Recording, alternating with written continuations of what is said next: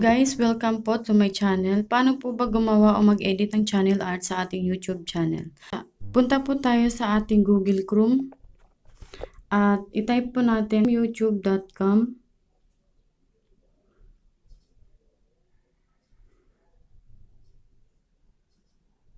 Ngayon,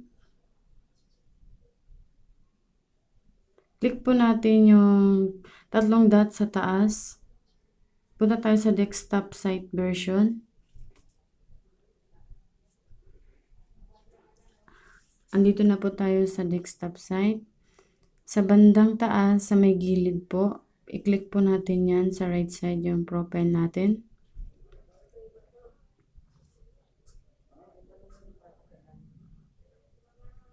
Tapos, click natin ang YouTube channel. Ang ating YouTube channel. Ayan, customize channel. Click po natin yan. Diyan po tayo mag-i-edit ng ating channel art. Tapos may makikita po kayong lapis sa taas, sa bandang taas. Ayan, click po natin yan. At diyan po tayo mag-upload ng ating channel art.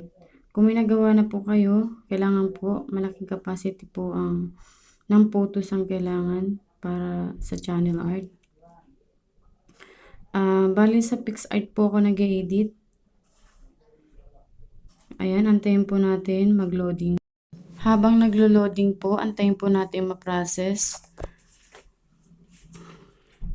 Ayan, na-process na po. Click po natin ang save.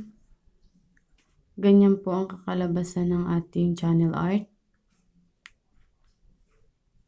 Click the save. Ayan, na-save na po ang ating channel art.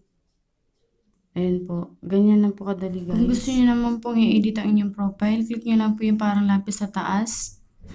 At, ayan. Antayin po natin mag-loading. Upload po tayo ng photos na naka-ready na sa ating profile pic.